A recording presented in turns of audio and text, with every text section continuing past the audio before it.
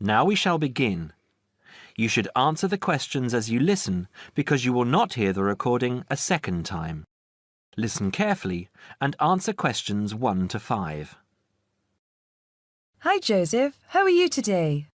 Fine, thanks. And Cara, how are you? Good. As we discussed on the phone earlier, I wanted to speak with both of you about the subjects you have chosen to study and how you are managing your time.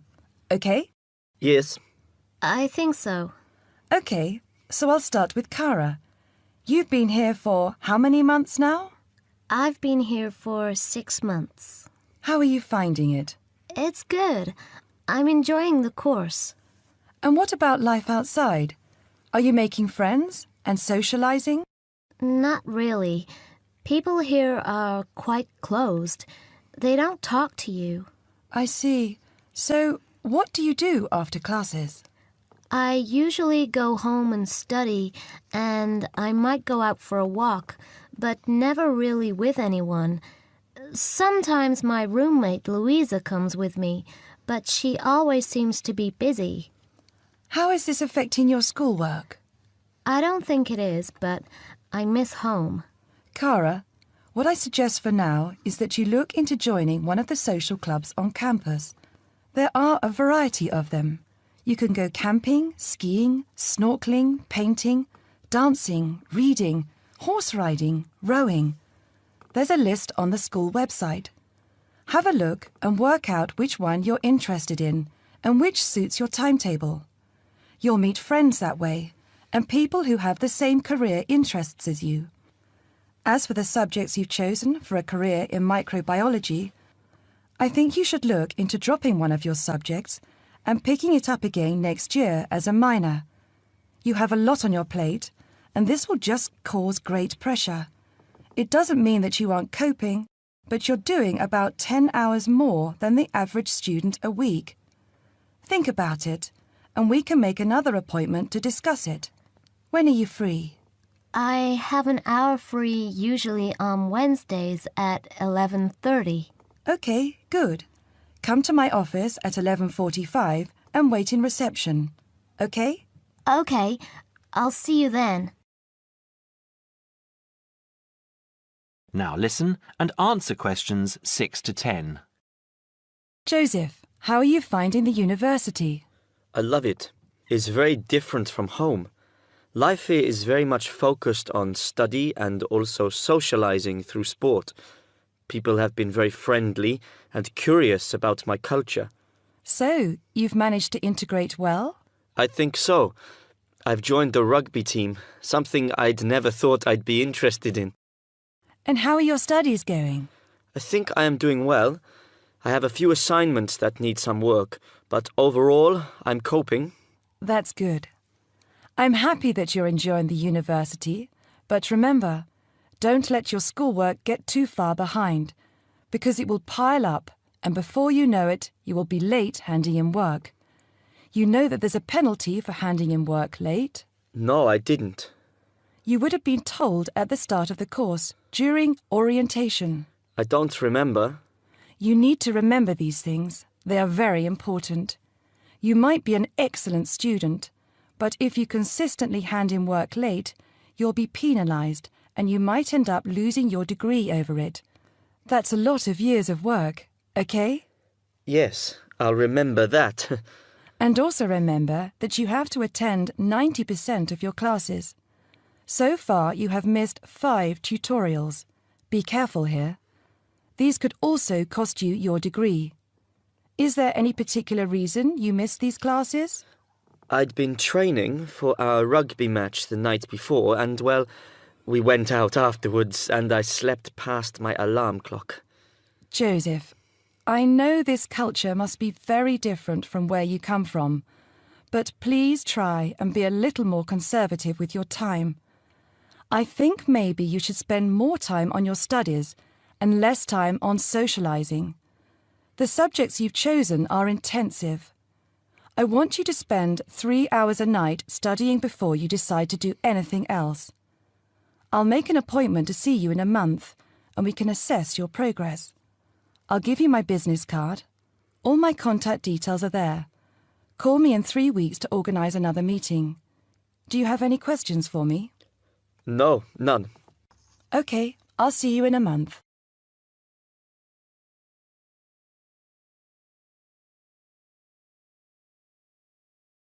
Now, listen carefully and answer questions 11 to 17.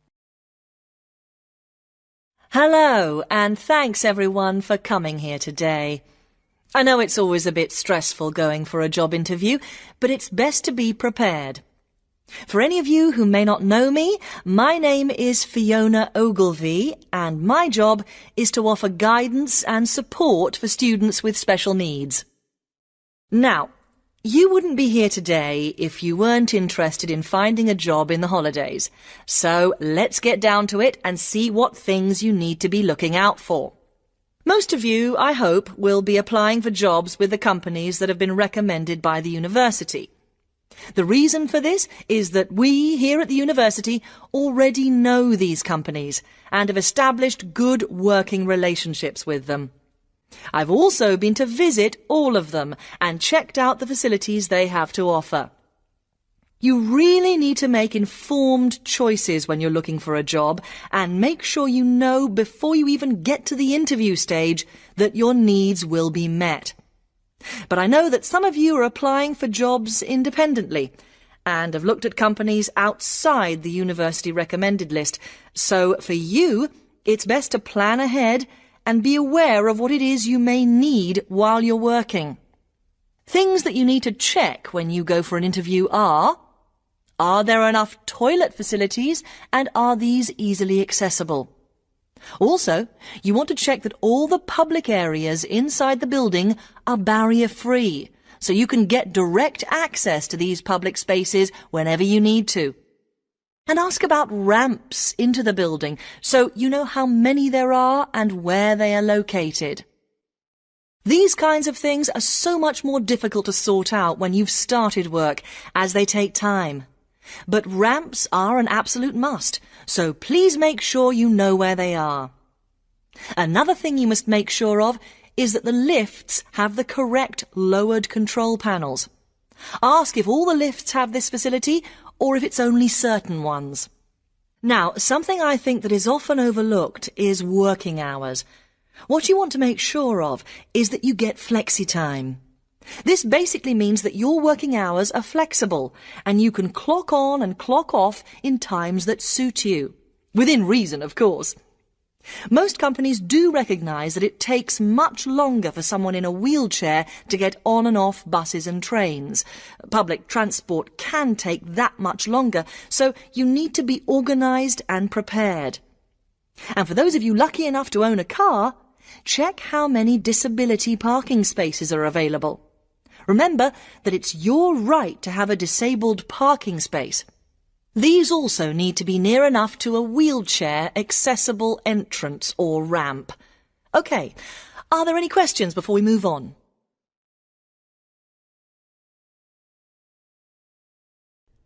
Now listen and answer questions 18 to 20. Right, let's move on then. Now I want to talk you through the series of visits to companies which we've got planned for next week. On Monday morning, we will be visiting the Lowland Hotel. They have various summer jobs available, working as a receptionist or conference organiser in their busy conference centre, organising and setting up conferences. You need to be prepared for working in an office environment and spending quite a bit of time talking on the telephone. The bus leaves for the hotel at 9 a.m, so make sure you leave yourself plenty of time to get there. When you arrive at the hotel, please gather in the reception area and wait for someone to take you to your first session, which will be a talk. The talk at the hotel will begin at 10 a.m, and then there will be a short tour of the hotel. There will be a light lunch provided, which is usually salads and sandwiches. The next place we'll be visiting will be on Tuesday afternoon. We'll be going to visit a little local company that makes handmade paper and cards. For those of you studying art, this may be just what you're looking for. We'll be taken on a tour of the company which lasts 3 hours. The tour will start at 3:30 p.m. and after that you'll have a chance to meet some of the staff. Tea and coffee will also be provided. We have no trips planned for Wednesday, but on Thursday morning we'll be going to Tobago Travel Agency. This is a very popular choice amongst our students because you can get student discounts on holidays. We've booked a coach for this and it'll leave from outside the refectory at 8 a.m. You'll need to bring a packed lunch for this, so please don't forget. There is a little canteen where you can buy hot and cold food, but this is closed on Thursdays. Friday, we'll be having representatives from all the companies visiting us, so you will have a chance to ask any questions, and of course, put your name down on the list if you're interested in working for them over the summer. This event will take place in the main hall next to the library, and it'll run from 10:30 until 4. I really hope you make the most of this excellent opportunity to not only earn yourself some extra money, but also to gain experience of what it's like to work. And if you'd like to find out more, then please ask some of the students who worked last year. They're all wearing green badges and will be happy to speak to you afterwards.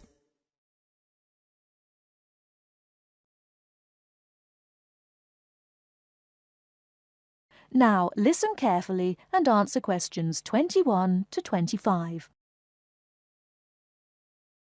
I'd like to introduce Rebecca Bramwell, an artist and illustrator who has come along today to talk to you all about getting your first job or commission as an artist. Over to you, Rebecca. Thank you for inviting me. I remember when I graduated back in 1983, I was very excited about getting my first commission. My degree was in fine art, and I'd worked long and hard to get it. I was an enthusiastic student, and I never found it difficult to find the incentive to paint. I think as a student, London being settled by the Romans explains their lust for blood. By about AD 200, the administration of Britain was divided in two. York became the capital of Britannia Inferior and London of Britannia Superior. Around the same time, the city also acquired its famous walls, probably about 20 foot high. Why did they build such high walls? It was a protective measure which may have been due to civil war, initiated when Governor Claudius Albinus tried to claim the imperial crown in Rome. Was paganism still predominant then? Yes, but Christianity appears to have reached the province at an early date, and only a year after the religion became officially tolerated in the empire, London had its own bishop, Restitutus, who is known to have attended the Imperial Council of Arles. You really delve deep. I think you'll do well on your tutorial paper. Good luck, David. Thanks.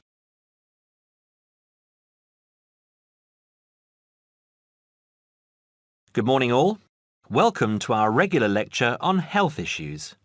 This series of lectures is organised by the Students' Union and is part of an attempt to help you stay healthy while coping with study and social life at the same time. It's a great pleasure to welcome back Ms. Mary Kirk, who is a professional health advisor and physical education officer. Thank you, Peter, for the introduction. It's a pleasure to be back.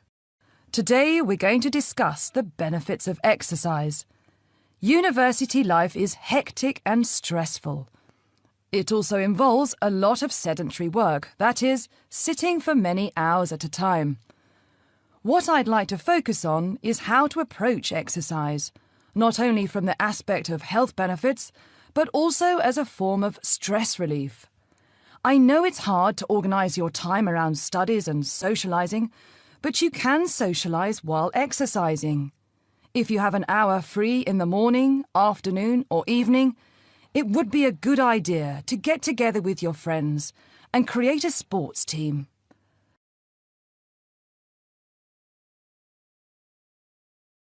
Now listen and answer questions 26 to 30. The grounds of the university are ample enough to support every student's need to become active. There are also readily available facilities at your disposal, such as a football field, tennis and badminton courts. There's also a swimming centre, and within that building is a gymnasium with a variety of programs such as aerobics and weight training. If the idea of attending one of these facilities seems daunting, then you can walk along the river. Oh, and that reminds me, the university also offers rowing. If there is a sport that you're interested in that's not on offer, you can approach either your student union representative or speak with Sports Administration Manager, Mr. Lawrence Cavendish. Now, I want to talk about why exercise is beneficial, physically and emotionally. The obvious results are physical. You can keep fit by using muscles that ordinarily don't get used in the classroom. The health benefits are astronomical. You'll live longer, be happier, and look good. By building muscle, you strengthen your bones, a definite advantage for women in their later stages of life, as women are prone to osteoporosis. It also strengthens your heart. Yes, don't forget your heart is a muscle, and the more exercise you do and the harder you work, the more blood is pumped from your heart to your brain. Now this brings me to the psychological advantages of exercise. When we are active, endorphins are released into our brain. An endorphin is a chemical that is released when your heart rate is pumping beyond its normal capacity. It's the same as adrenaline. You can actually feel when endorphins kick in. You feel a rush, almost a high. The benefits of this are numerous. Your brain works at peak capacity for a longer period of time. Your awareness is maximised, and the fatigue you usually feel at 4 o'clock in the afternoon will be non-existent. In one word, exercise makes you sharp. Now, I'm not saying that you should overdo exercise, because too much of anything can be dangerous. But if you think about your daily routine, you spend about 6 hours a day in lectures and another 2 or more hours studying. That's a long time to be sitting. And that is a long time for your body not to be moving around. So try and find at least 1 hour a day to get some exercise. If you can't fit in 1 hour a day, try 1 hour every second day or half an hour a day. You will see rewards instantly. You'll feel great and look great. This I can promise you.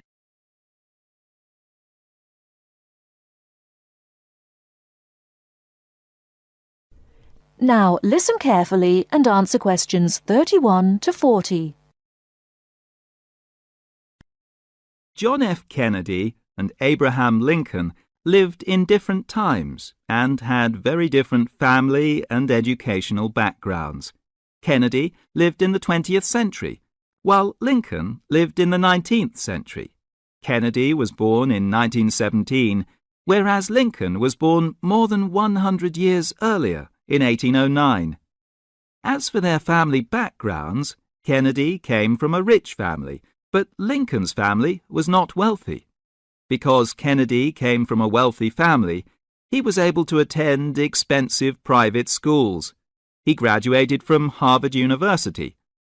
Lincoln, on the other hand, had only 1 year of formal schooling. In spite of his lack of normal schooling, he became a well-known lawyer. He taught himself law by reading law books. Lincoln was, in other words, a self-educated man. In spite of these differences in Kennedy and Lincoln's backgrounds, some interesting similarities between the two men are evident. In fact, many books have been written about the strange coincidences in the lives of these two men. For example, take their political careers. Lincoln began his political career as a U.S. congressman. Similarly, Kennedy also began his political career as a congressman. Lincoln was elected to the U.S. House of Representatives in 1847. Kennedy was elected to the House in 1947. They went to the Congress just 100 years apart.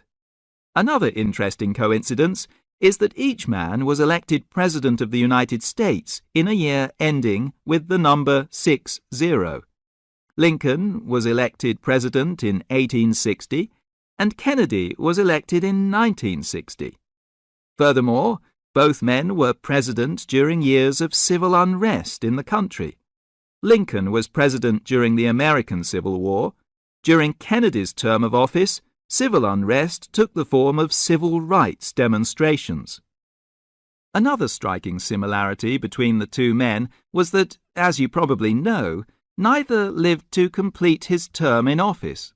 Lincoln and Kennedy were both assassinated while in office. Kennedy was assassinated in Dallas, Texas, after only 1,000 days in office. Lincoln was assassinated in 1865, a few days after the end of the American Civil War. It's rather curious to note that both presidents were shot while they were sitting next to their wives. These are only a few examples of the uncanny and unusual similarities between the destinies of these two American men, who had a tremendous impact on the social and political life of the United States and the imagination of the American people.